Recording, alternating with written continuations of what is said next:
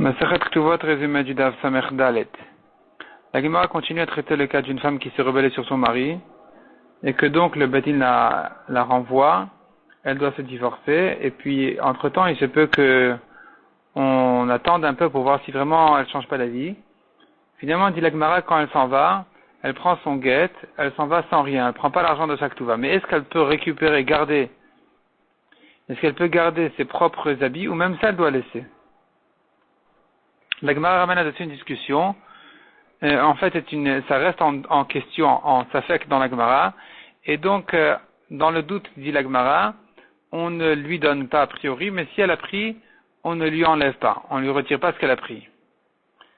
On attend 12 mois, 1 an avant de lui donner le guet, pendant lesquels elle n'est pas nourrie du mari. Et puis au bout d'un an, si on voit qu'elle n'a pas changé d'avis, elle prend son guet, elle s'en va. La Gemara dit encore, dans un cas de rebelle à propos d'une aroussa, c'est-à-dire une femme après les kiddushin, avant le mariage, si elle refuse le mariage, on reconnaît ça comme un rebelle. Donc on va lui donner une preuve au mari ou à la femme de rebelle contre l'autre côté qui s'est rebellé. Mais quand il s'agit d'une femme qui attend le hiboum de son beau-frère, dans ce cas-là, on n'écrit pas de preuve de rebelle.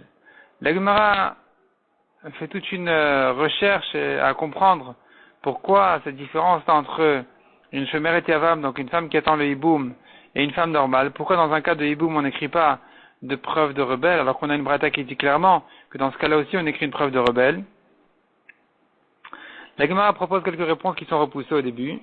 Finalement, dit la Gemara,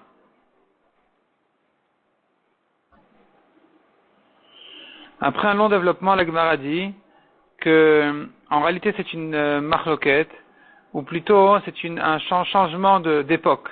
Au début on disait que la mitzvah du hiboum est plus importante que la mitzvah de Khalita. Il vaut mieux qu'ils se marient plutôt qu'ils fassent Khalita et qu'ils se séparent. Et donc, et dans ce cas-là, c'est là où la Braïta a dit, si elle refuse le mariage, le hiboum, elle se rebelle. C'est pas bon.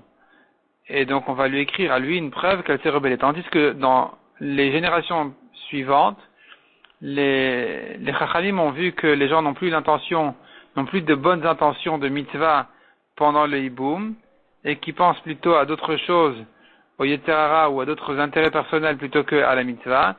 Donc la mitzvah de Khalita est préférable, il vaut mieux qu'ils se séparent plutôt qu'ils fassent hiboum.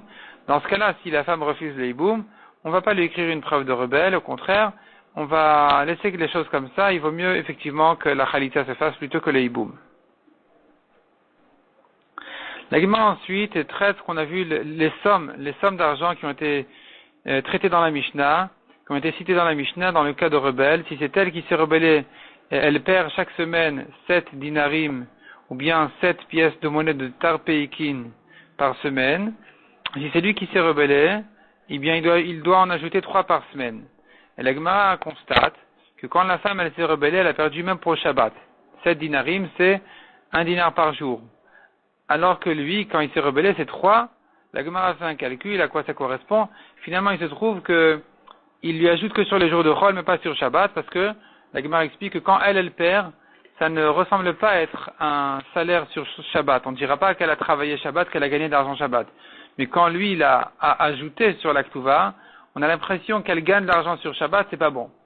Et la Gemara explique, mais pourquoi est-ce que elle perd plus dans le cas où c'est elle qui s'est rebellée que ce qu'elle gagne, que ce que lui perd dans le cas où c'est lui qui s'est rebellé? Et répond la Gemara que le rebelle de la femme est plus dur pour le mari que dans l'autre sens. Mishnah suivante. La Mishnah traite un cas très spécial où un homme ne vit pas quotidiennement avec sa femme. Il a laissé, elle vit plus ou moins seule. Il y a quelqu'un qui s'occupe d'elle, qui est responsable de lui donner tout ce que le mari lui doit. Donc le mari lui envoie par cet intermédiaire toute sa nourriture, tout ce qu'elle a besoin. Et la Mishnah nous fait une liste très précise sur les quantités de chaque espèce de nourriture qu'il faut lui envoyer. Il doit lui ajouter aussi de quoi dormir, des habits. La Mishnah nous décrit comment: le foulard, les chaussures 3 fois par an, les habits 1 fois par an. Elle les commence en hiver pour se réchauffer et quand ça s'use un peu, arrive l'été, ça va, elle continue jusqu'à l'hiver prochain avec ses habits. Puis il doit lui donner une pièce d'argent de poche, et ils se rencontrent tous les vendredis soirs.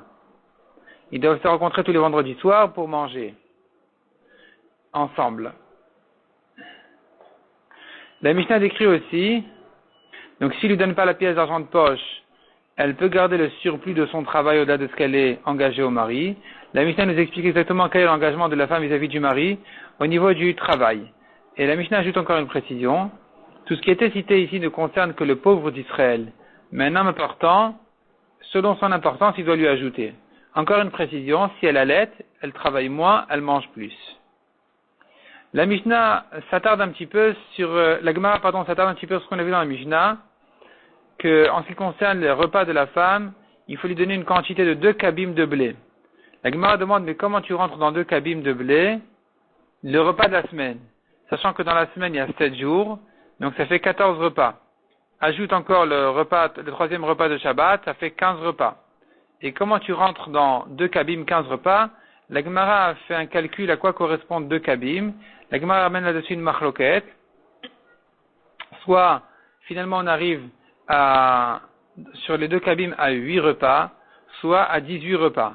On n'y est pas aux 14. Comment ça s'arrange? La Gemara finalement explique comment s'arranger avec la machloket de manière à ce que ça déborde, au contraire, qu'il y ait dans les 2 kabim plus de repas même que ce qu'elle a besoin. Et les repas en plus, ils vont servir pour les invités qui arrivent, qu'elle ait de quoi les servir.